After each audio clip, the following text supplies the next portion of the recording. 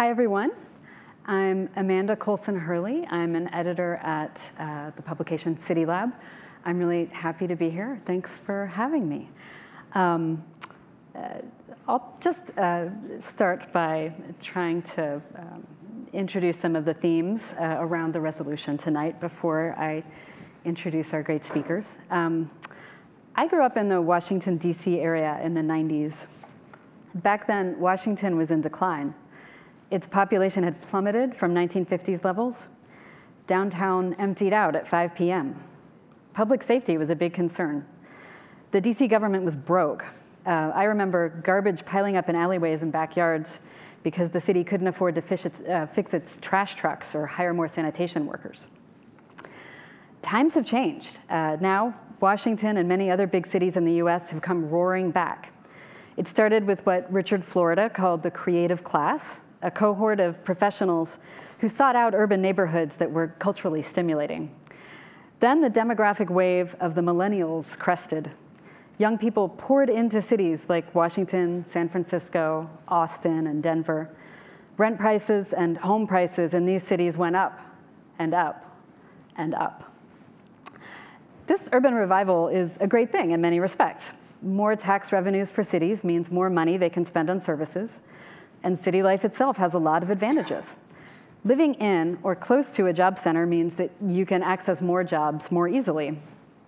From a climate perspective, when we walk, bike, or take public transit to get around, we're producing fewer carbon emissions than if we were to drive from a distant location. Smaller and denser forms of housing, such as apartments and townhouses, make efficient use of land and require less energy to heat and cool than larger detached homes. So with all these virtues, some commentators have called for America to become a country of cities. We have to build up and in, they say, to reduce the environmental damage caused by suburbanization, and to let more people share in the benefits of urban life. Housing has become so scarce and so expensive in some cities that it's effectively become a luxury good. That isn't fair to people of low and moderate means, who simply want to live in a place of high opportunity. And those cost barriers actually threaten to wipe out the racial and economic diversity that attracted many people to cities in the first place. To meet the demand for urban housing, the only answer, this argument goes, is to increase the supply of housing inside city limits through vertical and infill development. But I'm guessing that not everyone in this room lives in a city apartment, right? As always, there's another side of the coin. Planners may dream of a country of cities, but America is really a nation of suburbs. Or more than half of Americans live in suburbia. The American dream is still a detached house on its own plot of land. A survey of millennials in 2015 found that 66% wanted to live in single-family homes outside of the urban center. So there's still a real constituency for suburban living. Lots of Americans value the sort of best of both worlds that suburbia offers, despite its boring reputation. And people can often get more house for their money when they move farther from downtown. The urban scholar Solly Angel has shown that historically, in cities that don't have geographic constraints like mountain ranges or big bodies of water nearby, outward expansion over time is almost a given. Cities sprawl. That's what they do. Political leaders have attempted to contain that sprawl for a long time before smart growth even existed. In 1580, Queen Elizabeth I was so alarmed by the rapid growth of London's suburbs that she proclaimed a moratorium on building within 3 miles of the city gates. It didn't work. But 400 years later, and with climate change upon us, is it still a futile exercise to contain the outward growth of cities? Or is it incumbent on us to try to do better? That's the subject of today's debate. So the resolution is, urban limit lines and other policies to limit the growth of suburbs are a primary cause of rising housing costs in many parts of the United States. Arguing for this is Tory Gattis. He's a founding senior fellow at the Center for Opportunity Urbanism. He co-authored the original Opportunity Urbanism studies and City Journal article with Joel Kotkin, whose name some of you might know. He writes the popular Houston Strategies blog and a twin blog at the Houston Chronicle called Opportunity Urbanist. Arguing against the proposition will be Kim Mai Cutler. She's a partner at Initialized Capital, and she, for 10 years, or more than 10 years, was a journalist covering technology and finance, and sort of how it intersected with urban issues like housing. As a journalist, she worked for Bloomberg, TechCrunch, and the Wall Street Journal, and wrote some of the pieces that have really shaped the debate about how zoning and taxation practices in California, especially, negatively impact housing affordability. So with that, I think it's over to Tory. Hi, thanks for having me, everybody, today. The Center for Opportunity Urbanism is probably not a think tank you've heard of. We were founded out of a interest in adding a new pole to the debate on cities. We felt like there were three big philosophies of cities. The first one being smart growth, which sort of looks at cities through the environmental lens. How do you minimize the environmental footprint of a city, usually through density and transit?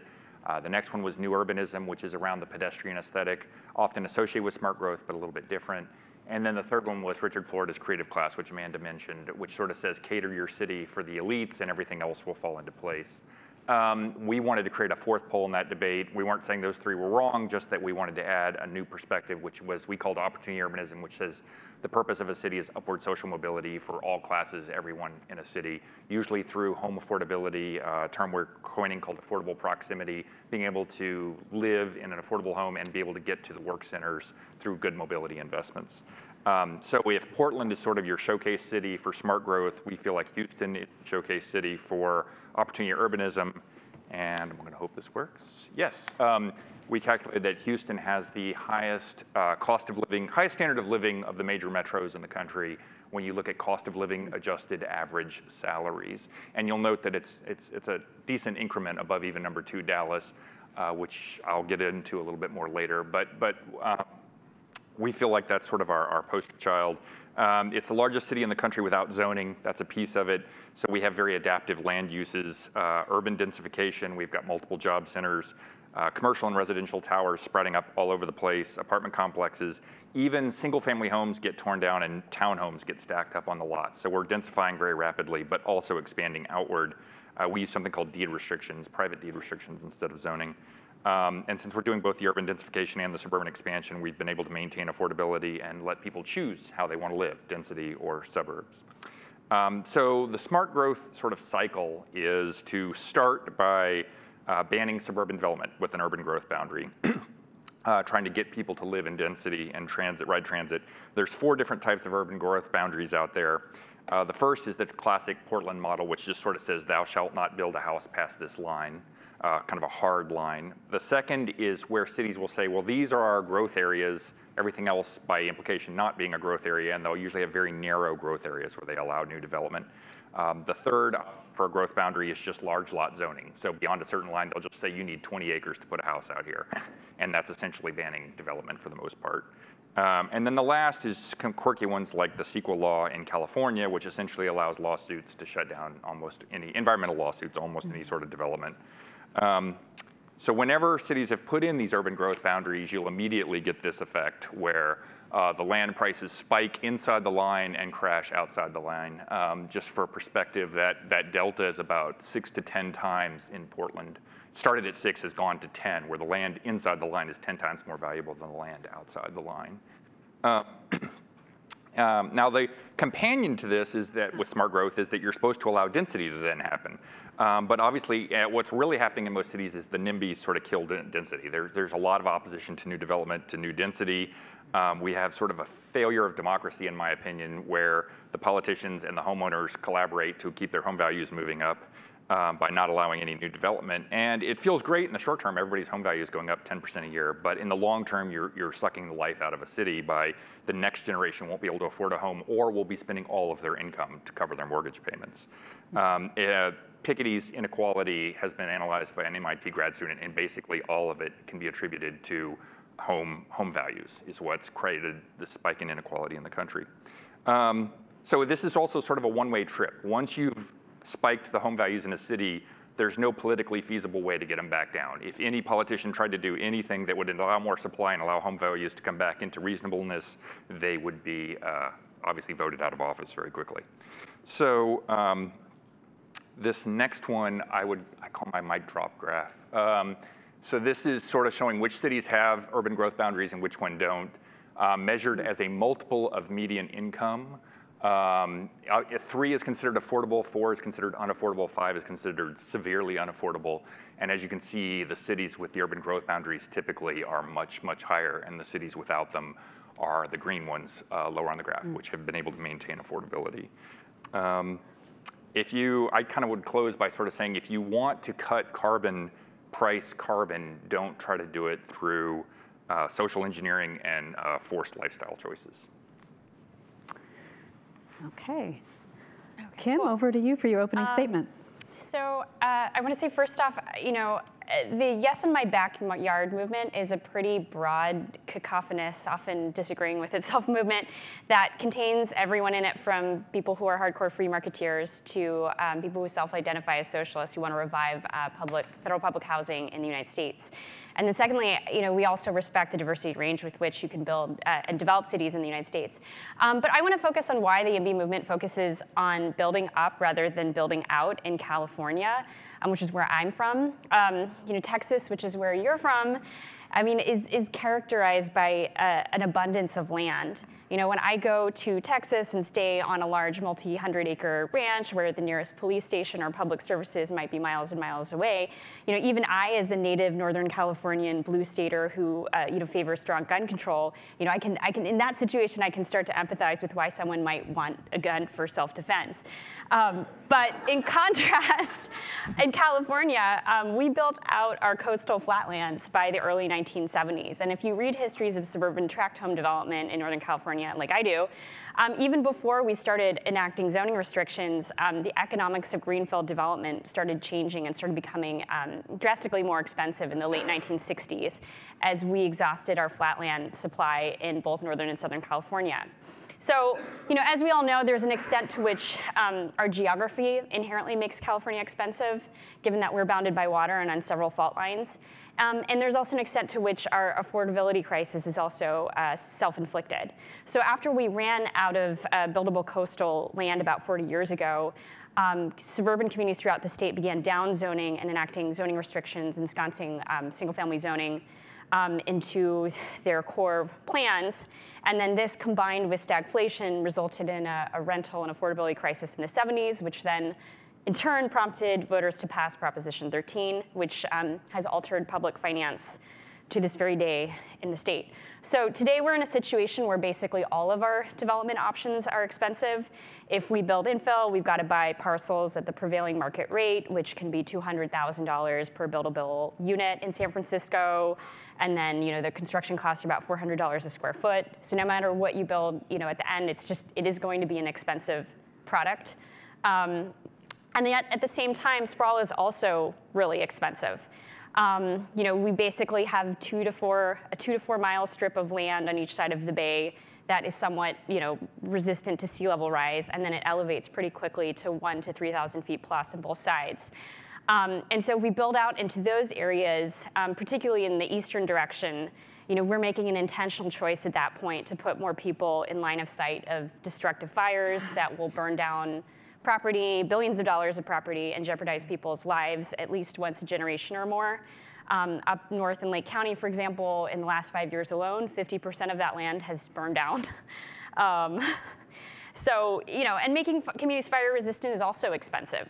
To underground power lines in the East Bay, it's $4 to $5 million a mile. And yet at the same time, if you're caught in a firestorm, there's nothing you can do.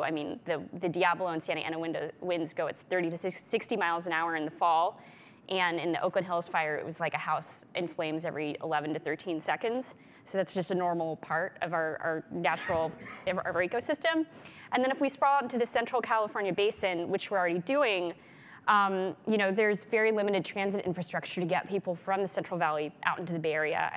In Stockton and Tracy, we have the highest percentage of mega commuters going 90 minutes each way from those two communities through the Altamont Pass. And those workers are disproportionately lower income. They're more working class. They're younger. They're people of color. As the Bay Area resegregates again. When we were emailing back and forth before this debate, you asked me a question. You were like, "Why isn't it fair game to just build to make everything from Oakland to Sacramento fair game for development?" And again, it's fire risk, and then half of that land is covered by the Sacramento Delta, which is one of the largest supplies of water in the world. And then we'd have to spend several $1 billion to seismically retrofit all of that. And so given all those factors, fire risk, mega commuting, retrofitting levees, this is partially why we focused on those infill areas, because you have some of the most productive land, some of the most economically and culturally productive land in the United States that is basically all zoned for strip malls and single-family homes. And so, the calculus of that is why we focused on infill in California. Okay, great. Tory, do you have a response? Yeah, she brought up what we talked about, people are commuting from Sacramento to the Bay Area now. Obviously, that seems like people are willing to do these extreme commutes. But she's made some really good points about the fire risk. I also brought up Marin County, which is notorious. That's on the north side of the Golden Gate Bridge for incredibly hyper-regulated and not allowing almost any new development. There's actually quite a bit of land up there, but you're weighing up local control. It's a really tough problem. I'm not super familiar with California. I do know that when you look at what's going on in California, where you basically stop the development and then you realize that creates an unaffordability problem, so then you try inclusionary zoning, but that reduces development and ends up creating a number of, inclusionary zoning, if you're not familiar, is where you require a developer to create a lot of affordable units whenever they build anything. It ends up suppressing development and you end up getting a tiny trickle of units. Now the state's looking at rent control and potentially state law forcing density around the transit stops and overriding local control.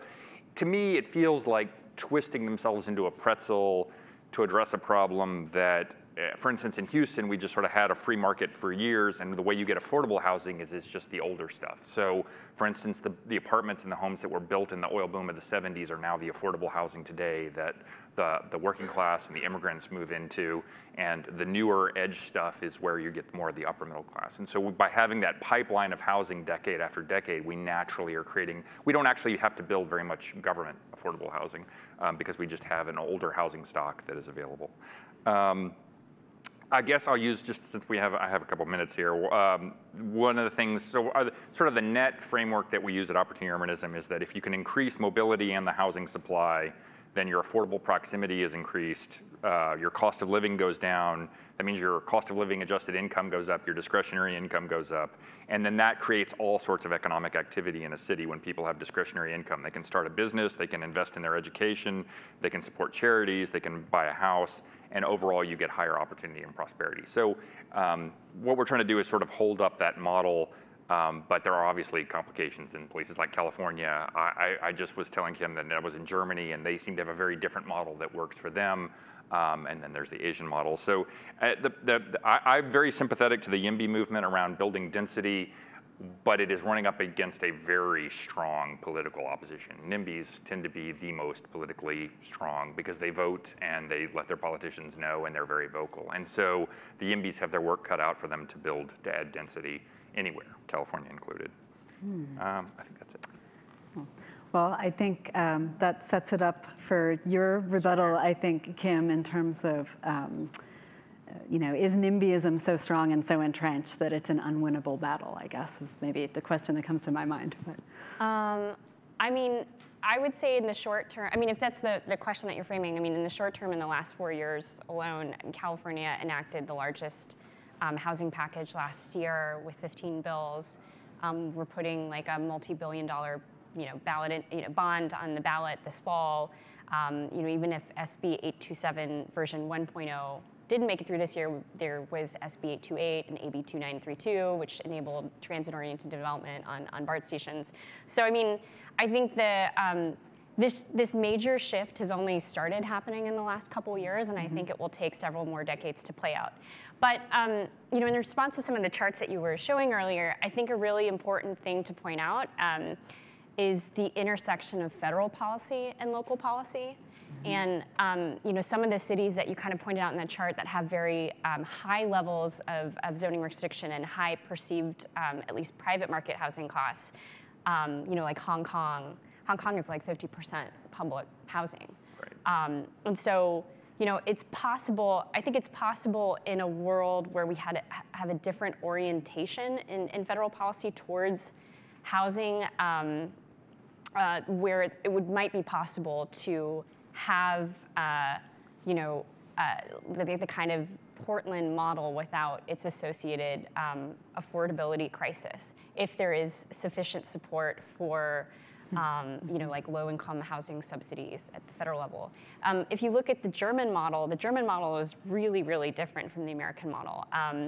Germany is a minority homeownership country. It's majority renters. And also, the federal government allocates funding towards metro regions, or allocates more funding towards metro regions as their population scales, whereas in an American model, you know, cities have to stand on their own feet and have to, basically, if they want to have more growth, they also have to figure out how to finance that growth directly themselves. And so that creates a situation which is especially pronounced in California, where Californian cities love to approve office development in order to get the business tax revenue, but don't like approving housing development because you get the associated costs of the services, police, schools, and fire. And so if we shifted more towards you know, a federal model where there was more support for, you know, transit infrastructure that comes with that growth, or municipal funding that comes with that growth, that might create a more balanced approach that creates some of these, you know, the characteristics of a strong infill city with affordability. Building on that, we had a great conversation last night about Germany has a better social security infrastructure, right? Yeah. So people feel like they're going to be taken care of in their old age. In America, you feel like your home value needs to be get to a certain place by the time you retire, and then that's what you're going to use for your nest egg. And so there's that creates sort of a stronger NIMBY sentiment here because we count on those home values as part of retirement. I think we're moving into the critique phase, right? So this is self-critique. This is the portion, right? The portion of the debate where you both are requested to identify the weaker points of your case and explore them for, let's say, I guess, another 4 minutes each. And starting again with you, Tory. So I have 3 self-critique points. The first is sort of the Tokyo and Singapore cases, both of which do a lot of public housing, a lot of density, and have maintained relative affordability. You know, I'm not as deeply familiar with their models, but I think part of it's demographics, part of it might be the extra. Now, I've also seen that Tokyo, you know, families in Tokyo live in incredibly tiny apartments, and I'm not sure how much Americans would be willing to do that. But part of what made Tokyo work, you mentioned federal policy, Kim, is they had a big bubble housing problem in the 80s. They decided the way to resolve that was they essentially federally encoded property rights and allowed more of a free market of development. And since then, Tokyo has been able to build to meet demand and be able to stay relatively affordable. So that would be my sort of first self-critique, is to show that it can be done, it just hasn't been done in America. The second would be the conversation we had last night about fire risk politics. In general, I'm used to flood risk in Houston. I'm kind of a fan of the private market approach, let insurance figure it out. But we've got such a messed up flood insurance policy system. And then there's the fire risk in California, which is a very different thing. And the risk of, even if you tried to create a privatized market for people building in these fire risk areas in California, you would have the possibility, even if eventually they would put pressure on their politicians to subsidize their insurance. The same problem we have with the flood insurance program, which is too much government subsidy to build in dangerous areas, which is obviously not a good system. The last one is, there's just been sort of one of the things I talk about is that as people have become wealthier all through history, they've always wanted more space. I mean, you go back to the nobles of Europe and their country homes, people have always wanted more space, and whenever you've not made that affordable, what they've done in response is cut their family size. So you see these places where homes have gotten very tiny and very expensive. They go from 3 to 2 to 1 child per woman. Their demographics start to implode. We've used that as sort of a counter argument that, and you see that in a lot of Asian countries and in European countries, less so in America, although we are also having a little bit of a demographic dip, and we're also getting very expensive on the coast.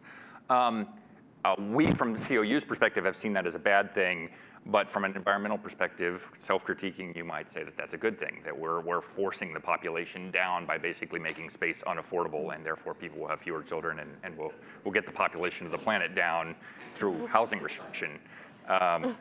You could argue both sides.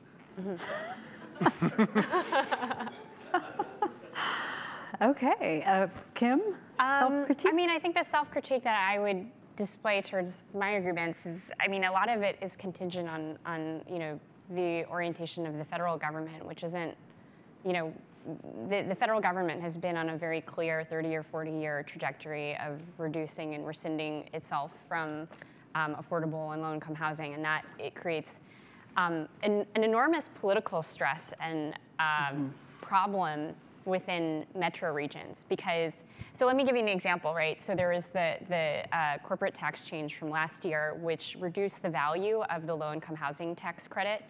For the last 30 years, one of the major ways that we finance low-income housing in America is through this strange backdoor tax credit by which banking institutions and high net worth and large financial institutions get a tax write-off in exchange for financing low-income housing. And with the corporate tax cut last fall, those tax credits became perceived as worth less in value, and that is estimated to lead to a net reduction of 235,000 affordable housing units across the United States every year. And so in the context of that, what that means at the metro level, at the Bay Area level, somehow we have to figure out a way to generate the political will to make up for those foregone, multiple thousands of units per year, which in total would amount to be, hundreds of millions, if not billions of dollars per year that we would have to raise at the local level, which is just really hard to build a political constituency for. And so, given that that situation isn't changing anytime soon, and our cultural approach to housing and homeownership is so deeply ensconced within our value, the cultural touchstone that homeownership has been so deeply ensconced in this country for the last 70 or 80 years. The Houston model, given that nothing is changing at the federal level, does seem to provide, more accessibility to extremely low-income households than the Northern California or the coastal model. And then the second critique, which is a constant debate that we have in California, which is about this displacement and building more trade-off. There's, at least within the urban metros, there is this constant tension between, how much do you prioritize the stronger rental productions first, or do you prioritize building more infill first? And that is a situation where both of those constituencies, conceptually agree, but then they can't figure out how to what moves forward first. And that's kind of that's emphasized in the what's on the ballot this November, which is the Costa-Hawkins repeal versus the 827 model, where you upzone around transit stations. And there's this huge tension where the underlying constituencies behind both of those ideas just can't agree with each other or can't come to any kind of consensus. And in that situation, the property owners always win. Right. Okay, so we're going to invite a couple of respondents up to the stage to offer their thoughts on the debate. The first respondent is Steve Tellis of Johns Hopkins University.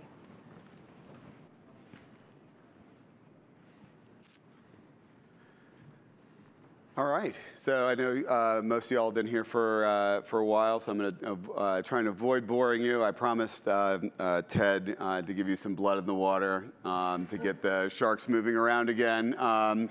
Unfortunately, I think one of the features of this issue is how much opportunity there is for really weird, strange bedfellows coalitions, right? And that's clear, I think, from both of these talks, right? That is, Ted set this up so there'd be a fight, right? I think, right? But in fact, right, there's weird areas of overlap and weird areas of non-overlap, right? One thing I think that this does is the usual way we want to have ideological debates in America is public-private, right? We want to have that discussion about who owns it, and the thing that's interesting about this issue is, in some ways, that's a second-order concern, right? The issue, I think, that there's wide agreement on is, especially in high-growing, high-wage areas, there needs to be more housing, right? That's the first-order question, right? And who builds it really, at least for me, is a subordinate question, right? The answer to that question, for me, It's whoever can build it, right? Now, who can build it is partially an economic issue, but it's partially a political issue, and that's going to be dependent upon local political considerations, right? And if the answer is both can build it, right? We're going to build more socialized public housing, and we're going to build more, whoever can do it, right? Private ownership, right? That's part of the answer too. The other thing that's in the background of this is it's really hard for me, and I think I'm closer to you on some of these ideological framework, right?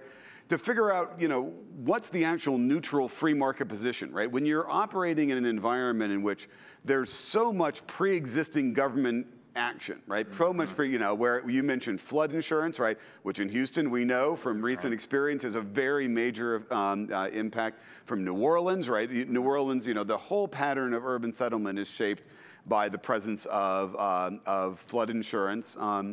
That all of that means it's really hard to figure out, well, what's the neutral virgin free market position, right? There's none, right? We're all starting from here, in which case lots of these things, it may be better to think about not what's the free market position, but what's the position that gets you more building. Now, to get to the larger question we were having, which was supposed to be about urban growth limits, and maybe people decided that we're going to have a different debate and just throw out what Ted wanted, right? But that's one of these questions, right, that's very dependent upon what you do with it, right? What you do with those urban growth boundaries, right? The theory of that was it was supposed to be forcing things up, right, inside, right? That is, by making it so you couldn't build out, you would have to build up, right? But if you did that and didn't simultaneously change the regulatory environment inside, then all you've got is a prescription for higher prices, right? And while in very long term, it's created, I think in a way, created endogenously the YIMBY movement, right? It's created people like you, right? That's a very delayed process, right? And so when we think about those urban growth boundaries, we can either think about them as something to spur things to move up, right? Or you can think about them as opportunities for dense settlement, but not right in the middle of the city, right? Because that's one case where precisely because you do have virgin territory, you can do kinds of planning, right? Planning on greenfield that's impossible to do inside of the city. So I think the compromise on some of these things may be to build in those greenfields. This is a major issue in London, where my wife is from, right? Where they do have greenfield areas. And if you can create a kind of pattern of compromise to say, look, we're both going to get rid of many of these constraints on urban building, and we're going to create opportunities for more public housing around in order to create more socioeconomic diversity. And we're going to create a lot of opportunity for ADUs, which is an interesting free market-y, but also socioeconomically diversifying effect. And we're going to build in these greenfield zones, but densely and transit accessible, right?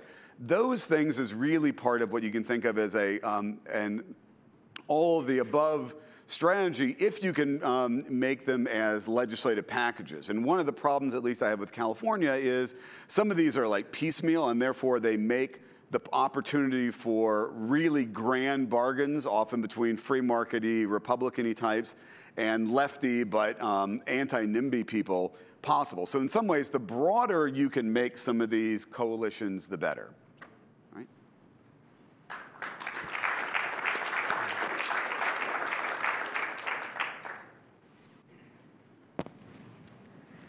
Thank you. There's a lot to respond to in that. And I think, yeah, for this round, Kim will start off with the first response. Okay. There was a lot in that. Yeah, I mean, I think it's a funny,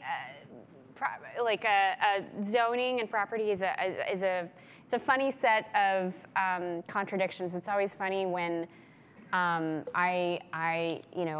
responding to someone and they're, in a community, and they're like, but it's our community and we should be able to have it however we want to be it, have it be. And then I'm like, but it's that person's property and their asset and they want to use it this way. Like, so what gives you the right to say that, constrict what someone else can do with their property? And I mean, I say that mostly to make a rhetorical point. I made a rhetorical point last night when we were talking where I said property is freedom and property is theft. At the same time, which is like, in the English system, or the system that we inherited from the English. Property is both like an asset that gives you freedom because you can borrow against it, you can sell it, you can turn it, and you can convert it into a lot of other things, and then use that as a form of economic freedom. And yet at the same time, it is also, if you look back at the history of the enclosure movement, it could be argued that it's also a form of theft because you're taking something from which was part of the public domain and then restricting it and constraining it at the same time. So it's kind of a, it's a contradictory concept. And when we talk about landed property rights, I mean, it's hard to talk about something as a free market like it exists naturally in the universe because your right to that property is enforced by an artificial institution, which is the state, which has monopoly over the use of force, and that's where we derive in part that artificial property right from. So it is. It's not like a clean thing where you can say it's a free market or not a free market. Every housing system across the entire world is a combination of both public and private incentives. You have some systems that align more with publicly produced housing, like in Singapore, where 80% of the housing is public housing, and you have other systems where it's private developers that are primarily building the housing stock. You have systems where rights are more aligned with the property owner versus the tenant, and then you also have systems where, like in Germany, where the tenant has extremely strong property rights. And so, I try not to argue in a way that is, that assumes that any one of these things is natural. They're all choices that we're collectively making together. And in a broad sense, if you look at the American system, we were chatting last night. After World War II, in the absence of making a much more diversified, robust social safety net, this country made a choice that homeownership would be the de facto social safety net. And then in the 70s and 80s, when we started dismantling other parts of the social safety net, it's entirely expected and entirely rational that the previous generation doubled down on their housing values as a form of social security. And that is creating a situation where they're quite literally mortgaging the future because they're running up property values for which the next generation is going to have to be indebted to pay for them.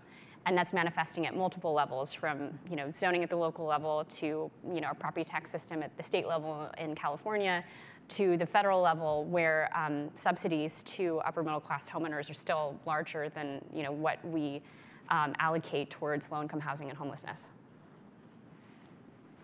Great, Tory? So building on what Kim was saying about NIMBYs and your right to stop other people's development, sort of the way we've handled that in Houston is with private deed restrictions. It's typically the way it works is a master developer buys a plot of land, divides it up into parcels, and puts deed restrictions on all the houses that say you can only do this with your land. And then you as a homeowner buy into that when you buy that house. The deed restrictions come with it, and then there's processes. If enough of the landowners can agree, you can change your deed restrictions. But there's just sort of this, we don't even have the mentality in Houston that when somebody wants to build something, you can go oppose it, with the exception of the Ashby high rise, which Elon will attest to. But we generally speaking have not had much of a problem with people just assume a developer has his land, he can do what he wants. If you don't like that, you need to make sure you're in a protected deed restricted area. If you're not, then it's all, it's an open season. And we actually don't get as much chaos as people would assert. It's generally speaking, neighborhoods stay neighborhoods, commercial areas don't want to be there, industrial areas don't want to be anywhere near people because they want the cheapest land they can get their hands on, and that's usually on the industrial areas. It actually works quite well. What Steve was saying about strange bedfellows, I found very amusing because I recently went out to a conference at Chapman in California, and I met a leader of the YIMBY movement.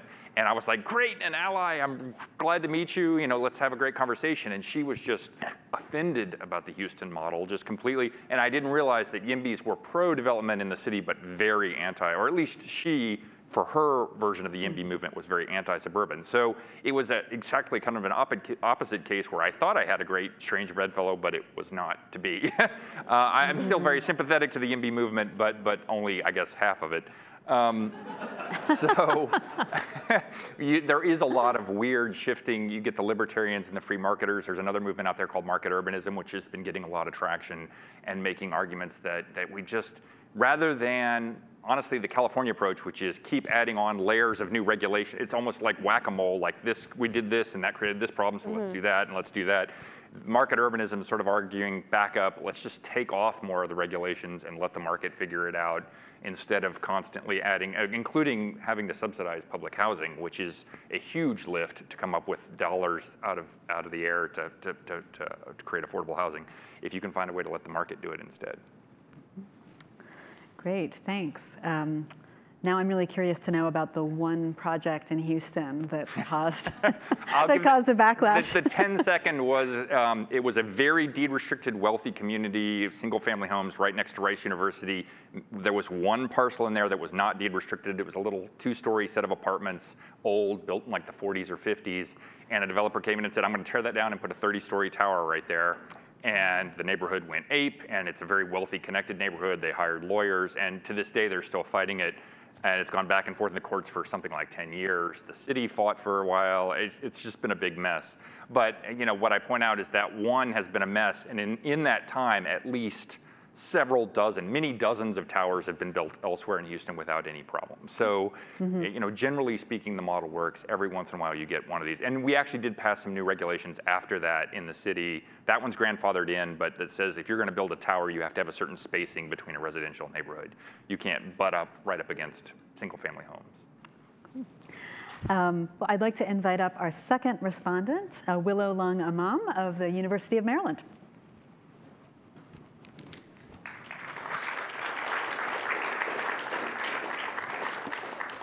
Good afternoon, everybody. I'm honored to be able to be a part of this discussion. I think it's been a fabulous one so far. And I just want to make a couple quick points. Some about the general discussion, and then I want to center the discussion a little bit more on gentrification, which is something that Amanda introduced in the beginning, and we've sort of been speaking around, but I'd like to make some points directly to that issue and hopefully make it a point of more general discussion. So I think one of the things that we have come to from this is that sprawl has its costs. It's expensive in terms of social, political, environmental issues. But urban limit lines also have their costs, right, in terms of the pressure that it puts on land and housing markets. One way, obviously, to relieve that is through building more densely. But building more densely does not mean building more affordably. Right? And so if we center the issue of affordability, then we change the conversation about growth, right? And it becomes a question of how do we build more quality, affordable housing in places of opportunity, which is what we started with in our comments. And places of opportunity happen both within areas of existing affordability, right? And what's the opportunity set look like for those folks that are living in areas of existing affordability, as well as how can they access different opportunities around the region? And when we're talking about opportunities, we're talking about opportunities for good schools. We're talking about job accessibility. We're talking about a range of possibilities to be able to better one's life circumstances. And so we're really focusing then on the lowest income, those that are most challenged to those opportunities. And I think if we focus on the issue of affordability and access to opportunity, I think we see fundamental problems with both propositions here today, right? So on the issue of growing out, we have seen that now the majority of immigrants, minorities, and the poor do live in suburbs. But this hasn't necessarily increased opportunity, right? Because what we have seen in suburbs is a lack of transit access, a lack of job access for many folks who don't own cars, long commute times, as Mai pointed out, and segregation of these communities. And so we're essentially moving the problem further away, right? And on the other hand, we see in California that building more densely does not necessarily mean higher opportunities for low-income folks in places like San Francisco and Oakland and other places, which is why SB 827 has become such a complicated bill, where you have folks that are for affordable housing and fair housing that are on both sides of this debate, right? Because it's failed to protect those opportunity sets for folks who have lived in these neighborhoods for so long. Which leads me to a conversation about gentrification, which is where I hope we'll sit today. And I don't I want to just make some general points about gentrification so that we're not having a very narrow conversation about gentrification, but being really thoughtful about what we mean. And first of all is to think about the fact that gentrification is one of many different trajectories of neighborhood change. And when we're talking, there are many metro areas that have not experienced gentrification. There are many neighborhoods that are not experiencing gentrification to the same extent. And in many of these metro areas, we have areas of concentrated intergenerational poverty. And when we're talking about increasing opportunities, and these are areas with urban limit lines and so forth. And so when we're talking about increasing opportunities in these neighborhoods, we need to be talking about both the gentrifying areas and those who have intergenerational lack of opportunity. But being careful about the ways in which we talk about gentrification is important to the policy responses. The other thing is why we should care about gentrification, right? And we should care about gentrification because it's really further disadvantaging, displacing, and marginalizing communities that have been marginalized for generations. Physically displacing, socially displacing, politically displacing, culturally displacing, and economically displacing these communities. And so when we're talking about solutions to gentrification, I think we need to be working on all those different spectrums. And then I also want to point out that when we talk about gentrification, we often center it on places like San Francisco, New York, and other places. But in fact, gentrification is happening in many different kinds of metro areas and many different parts of our metro area region. So a lot of my work is on suburban gentrification, I think a place that we don't often center both our policy conversations and our solution sets to issues of gentrification.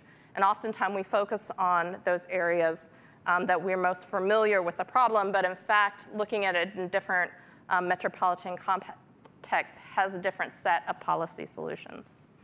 And finally, I just want to add to that conversation that I think gentrification is not fundamentally a problem about our land cost pressures and our growth policies, but it's about uneven metropolitan development and how that has played out historically and how it continues to play out in the present day.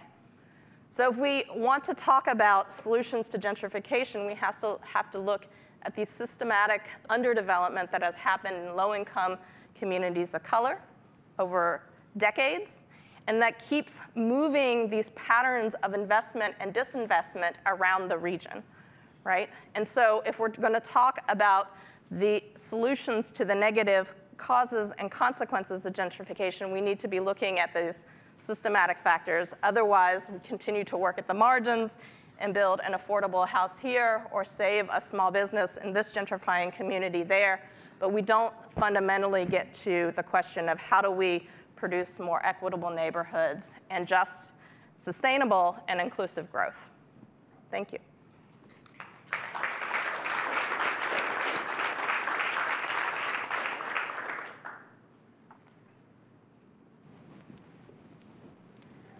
Thank you so much, Willow. I think it would be really interesting to hear now about some more about gentrification and displacement, maybe in terms of where you both are coming from, very different metropolitan areas, right? The Bay Area and Houston. So Kim, could you start? Sure. Yeah, so one of the strange kind of structural facets in the United States model, which again centers a lot of wealth creation on homeownership, is that there's this contradiction, which is we want housing to be affordable, and we also want it to be a great asset class, and you just can't do both of those things at the same time. So everyone, in the Californian model, people are protecting their asset values around, which they're highly leveraged, and yet at the same time, they want new development to basically pay for affordable housing development without imposing any kind of direct cost on the home voters. So that's a really hard contradiction to get around. It is, period. Regarding the SB 827 conversation, one of the structural or the strategic issues around the way that legislation or policy ideas are debated in California is typically what happens. It takes 2 or 3 years to pass, or several years to pass an idea. So what you tend to see from a practical perspective is the purest version of the idea, the most purest version of the idea is introduced the first year, and then there's kind of like an explosion, and people have all of these kinds of reactions to it, and then you test where their boundary lines and opposition are, and then in the subsequent second or third or a later year, it returns in a modified version. And so those conversations are happening now, and I mean, the group that was pushing that particular piece of legislation is in conversation with equity groups all over California. But the amendments to that bill they're all complicated. It's like, you could exempt low-income census tract areas from the affected areas from that bill, which then would create probably more protections for the tenants in those areas, and yet at the same time, introducing an amendment like that also has its own complicated effects. It's almost, one could make the argument that you're almost redlining because the underlying property values wouldn't rise with the upzoned areas. It's just, there's not really like a clean way to navigate that. But I mean, I would presume, I think that is one of the things on the table for the second version of SB 827. And then, thirdly, the affordable housing model as we pursued it in Northern California and in California as built by nonprofit housing developers, I mean, it's also it's an expensive model. Mm-hmm. If you look at light tech credits and how far they extend and how much it costs generally per unit in California, California has the highest low-income housing production costs anywhere in the country. There was a group, META, the Mission Economic Development Association, that was proposing like a very high tower for the Mission District last week that would be all deed-restricted affordable housing. But even with all the subsidies that they came out with from the federal level, the state level, and the local level, I mean, a lot of those units are still targeted at 100 or 120% area median income. And I think a lot of their constituents were disappointed that even a nonprofit housing developer couldn't meet their target income area because it is so expensive to produce housing there. So I would say we're trying the full basket of things from looking at how we can expand tenant productions to how we can get more subsidies at the state and local level, but it's still incredibly hard. Mm-hmm. Tory, is there gentrification in Houston? Yeah. Oh, yeah. Three thoughts on both what Kim said and Willow said. I actually was at that Chapman conference, and they had an affordable housing developer talk about it. It might be somewhere around the Mission, but he basically told this story of doing 8 years of piecing together credits, and after just basically climbing Mount Everest, they managed to make like 100 affordable units or 50. It was like a tiny, tiny drop in the bucket of demand, and it was very dispiriting. Three thoughts that kind of popped to mind. One was on the Wiener Bill last year. My understanding was the story I heard sort of gives you the power of NIMBYism, that the Sierra Club, which ended up coming up, that the staff analyzed it and said, this is a great thing, we need more density, we need people living in the cities, but their board made them come out against it because their board is obviously homeowners who like not having this sort of override. They thought it was a bad precedent to override zoning and force density. So that gives you when even the Sierra Club can't come out against something, come out for something that's in their mission, it's a bad sign. As far as gentrification in Houston, we have a really interesting case study where the third ward, traditionally African American, traditionally low income, southeast side of Houston, has had an interesting gentrification where a lot of typically when a family sort of starts to make it there, they move out to the suburbs, down to Sugar Land and some of these other areas. But there's been actually African-American developers that have been developing nice townhomes over there, and they have attracted sort of the black professional class, sort of young college grads are moving back into that neighborhood. And so in some ways it's sort of gentrifying economically, but racially it is staying the same. And it's sort of a fascinating case study and has had some level of debate about is that still displacing some of the people that were already there, but you are seeing the townhomes pop up there. Another debate we've been having in Houston has been around affordable housing, and this kind of ended up fitting with the transition from Obama to Trump. Under Obama, the thinking was get into affordable housing into more opportunity areas. We had a project that was going forward in Houston that was going to put some low-income affordable housing right in the middle of a very wealthy West Side neighborhood. It was generating a lot of local opposition, worries about overcrowding at the elementary school. But also, it was just sort of a hard use of affordable dollars because each unit was twice as expensive as if they had built that affordable housing in a more working class neighborhood, for instance. and so we were profiling, and it ended up our African-American mayor, Mayor Turner, came out against that project and said these dollars would be better used building affordable housing in traditional working class neighborhoods where maybe they're weaker schools, they don't have as much access to opportunity, but the dollars stretch further, and honestly, the Chronicle interviewed some of the families. That's where they would prefer to live because that's closer to their social networks. And so you had this big debate about, do we put affordable housing in the opportunity areas, but the families are uncomfortable, it's very expensive housing, or do you put it in the areas where they actually want it, but then weaker jobs, weaker schools, all of those sorts of things. And I don't know that there's any answer, but it certainly created, again, like Steve said, strange bedfellows when you have an African-American mayor arguing against an Obama administration housing department. Well, thank you. That brings us to the end of the formal debate. And now it's time for some audience questions.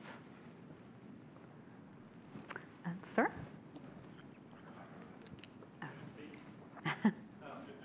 Oh, sorry. There should be some mics going around. Thanks very much. Thanks for your conversation. I have one comment and then one question for the two of you. The comment is we should try and get rid of the term greenfield or virgin territory from our vocabulary. Every place has a home, and that's the home for nature. So use the word ecosystem when you're talking about development, because you're always displacing something when you're doing development. So that's just the comment.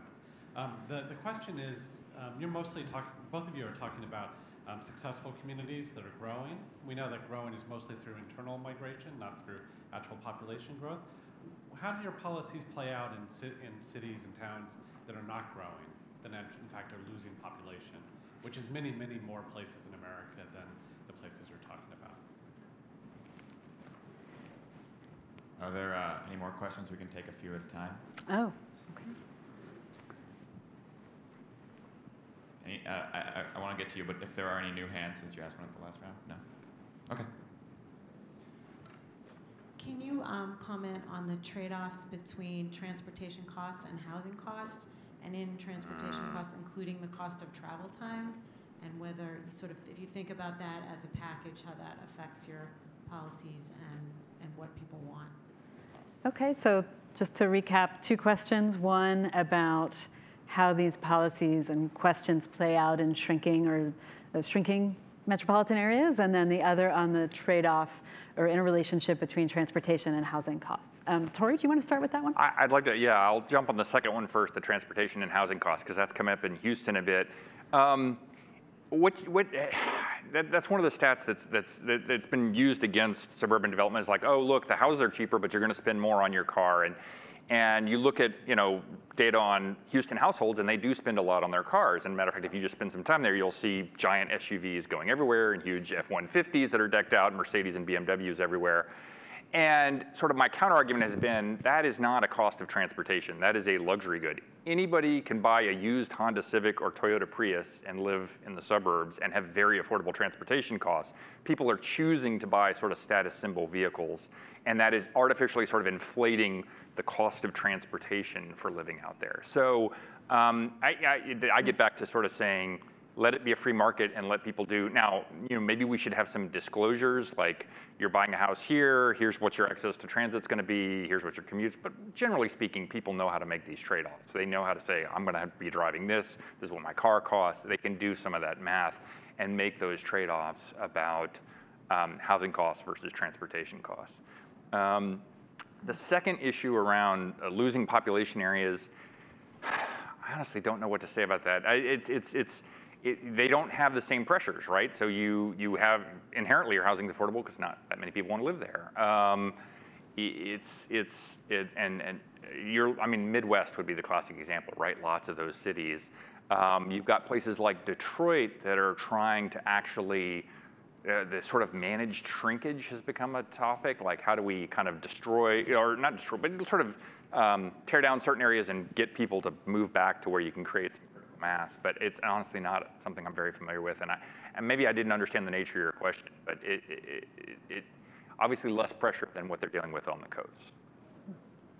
I guess what I would say in response to what you just said with transit, I mean, it isn't a free market because the government has to decide where to invest in and create highways or roads. Right. So it's I'm not very really pro toll roads because you want that cost to be reflective. Yeah, in California, we totally think about transit. I mean, part of the reason that a lot of people were pushing AB 2932, which is the bill that was signed by the governor like yesterday or 2 days ago. Sunday, I think. Sunday, yeah. Mm-hmm. It was to give our regional transit systems more ability to build dense multifamily infill and mixed use on top of transit stations without the approval of the surrounding cities, because we were seeing in multiple cases like, Millbrae, which is the intersection of BART and Caltrain and SFO, like you've got, like an $800 million regional train system married to a $2 billion, BART system plus an international airport, and they were fighting like a 400-unit development for years. There was another time that Livermore, like there was I think it was Livermore wanted, I think they wanted a BART station or they wanted an extension to themselves, but then they mandated it that it had to be in the middle of a highway instead of downtown, and the BART system was like, come on, like let's build, if we're gonna build a fixed line rail system, it's got to go into a dense, urban center.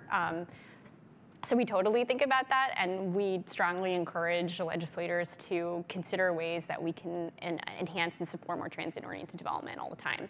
And secondly, when you read studies like Raj Chetty's work on upward social mobility, the transit time does have a huge impact on family life and how much like a parent can attend to a young child. Mm-hmm. If they're commuting 90 minutes each way, that's a huge amount of time taken away from being with your children and then supporting their growth and schooling and development. And so that has a lot of different equity impacts.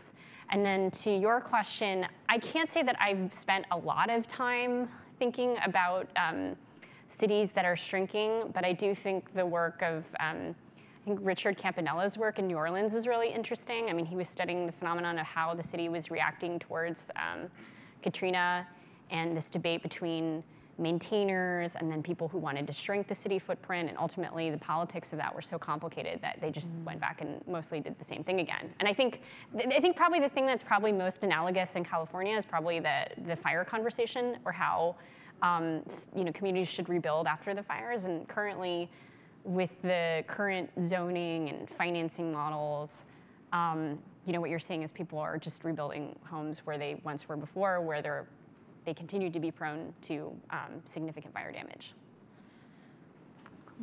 I believe that Detroit does have pockets of gentrification. Yes. Amid this, overall contraction, which Corktown. is interesting. Yeah, right. Yeah. Right. I mean, Detroit has both the characteristics of a gentrifying, like a rapidly gentrifying city in certain neighborhoods, and then also industrial decline.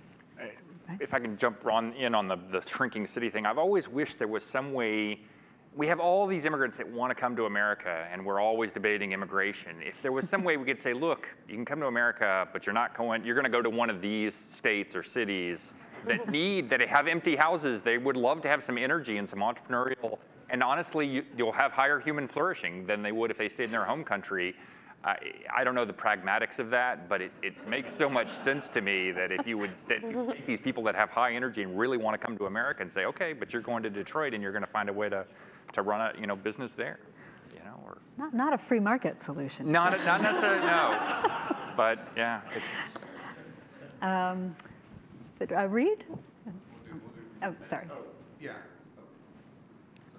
Sorry. Yeah. So just really quickly, one thing that Kimai mentioned was the cost of housing. So we've been focusing on the land, right, and the difficulty of getting authority to build. But one of the issues here, and again, this may be another possibility for strange bedfellows coalitions, is the expense. The expense is partially materials, labor, but also legal. So I built an ADU in my backyard in Tacoma Park after a year and a half of hand-to-hand legal combat with my neighbor.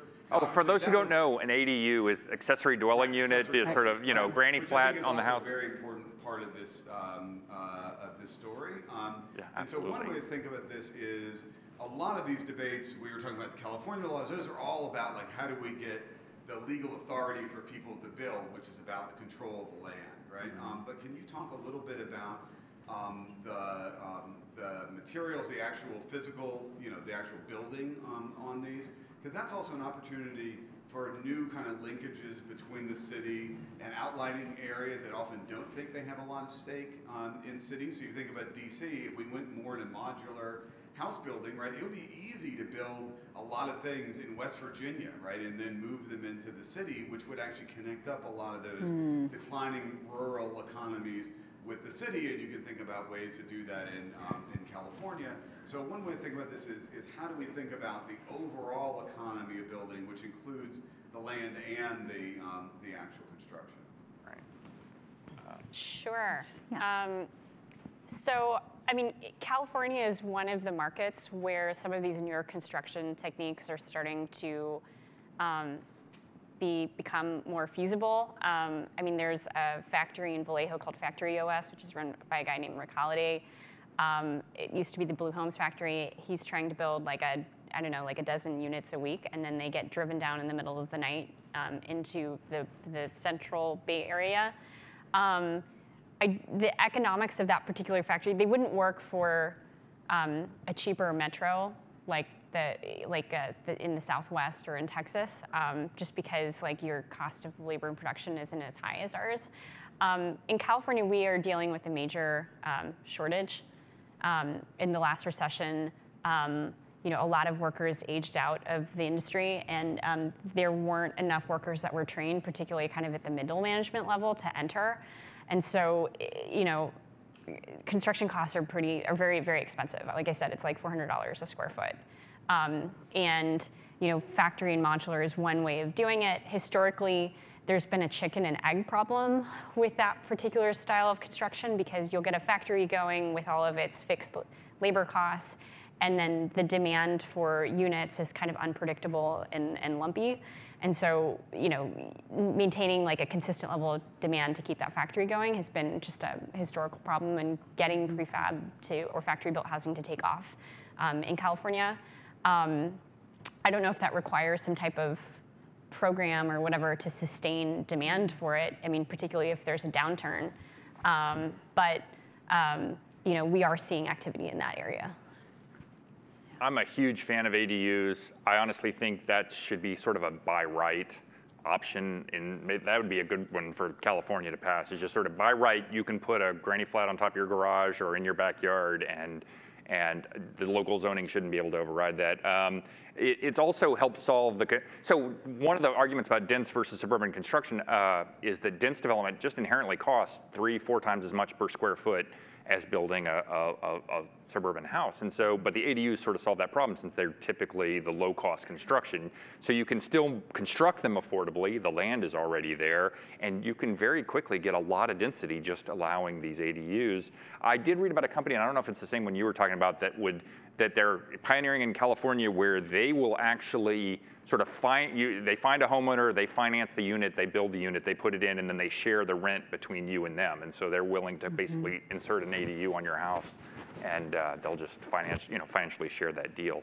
I'm not sure how the ownership works eventually when you sell the house, but somehow they've figured out a way to contractually do that. And I think that's a great, clever model that has a lot of potential. But I also think, again, NIMBYs are going to fight it in every town, everywhere.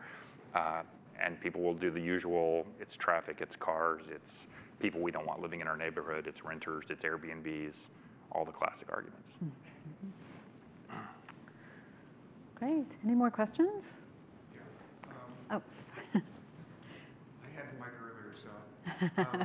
This is an incredibly complex, it feels like a Russian nesting doll of unintended consequences. But as I think about generalizing, one of the things that hadn't come up is boundaries. And Houston has an enormous metropolitan area.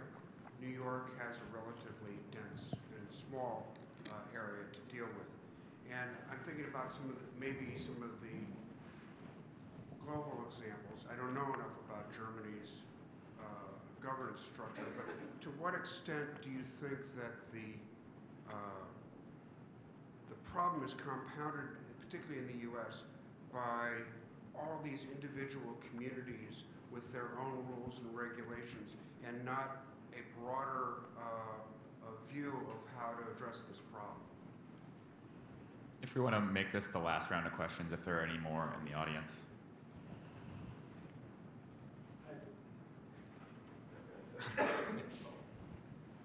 Yeah, thanks for a very interesting discussion. So I live in Palo Alto, California, and hi. ground zero. Ground zero. Of all this. And I was glad you mentioned the issue, and I have 5 kids also, so yeah. Suburban house cost is an issue for me.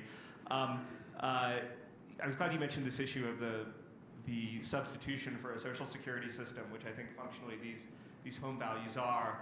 On the other hand, I think living in Palo Alto, there are real issues in terms of where are you going to put infrastructure, and a lot of these to build a growing population in some of these areas, and a lot of these kind of debates are ultimately like sort of rich people complaining that they can't live near really rich people. And the are you thinking about the billionaire's millionaire comment? Right. I mean, this is an amazing. Okay, like I'm rich and I'm like not rich in Palo Alto, right? So like, what does that mean, right?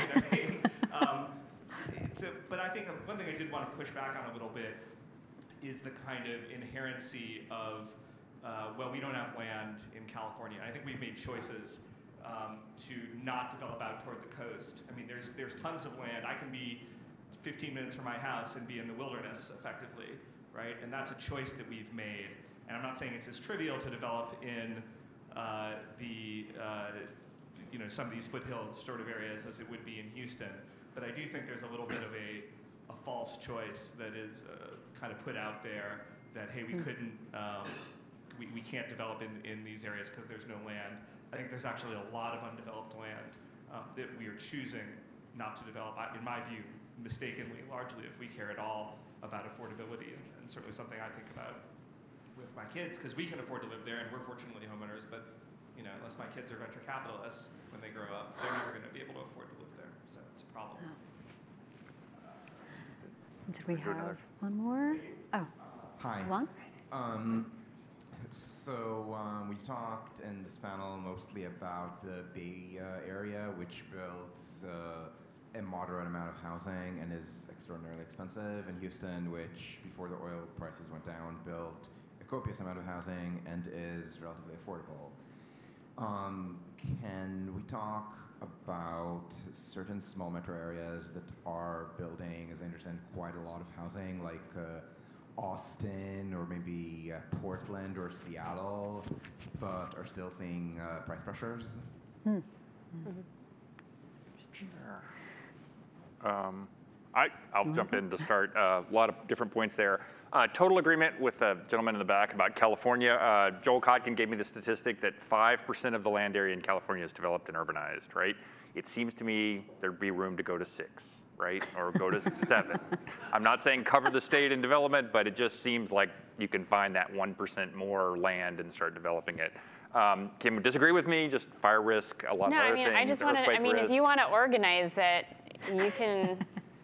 Do you think it's easier to get Palo Altans to approve more housing in the hills or more housing in infill? Like, I'm just curious as a Palo Alto voter. What do you think is more politically feasible? I think it's much more feasible to do, and I apologize for using the word greenfield, which I guess I'm not supposed to use, but like new greenfield cities than it is for me to tell you, you're going to double the density of my housing and where my new ball field. Yeah, I coach, right? Like, we don't have enough ball fields. We don't have schools as is, even in this hyper-rich community. Like, you tell me you're going to develop the housing, it takes me 20 minutes as is to like drive across town in my car, right? And we don't have a rail system, and we're not going to have a rail system in Palo Alto. So, to me, I'd much rather, and I've never done a formal survey of my neighbors, but I would think in general, much rather say, hey, go build a new city, 15 minutes from us out in the hills. So you think on the other side of the 280, people would be down for that? Well, but you got fewer people and you've got objectively less dense land. I'm not suggesting, by the way, that these are easy problems. If they're easy problems, they would have been solved. But I am nervous about the kind of we can just densify arguments, which are frankly made by people who've done a shitty job of making affordable housing. Houston is the first slide you showed is a success story in terms of housing affordability, and the Bay Area is a miserable failure.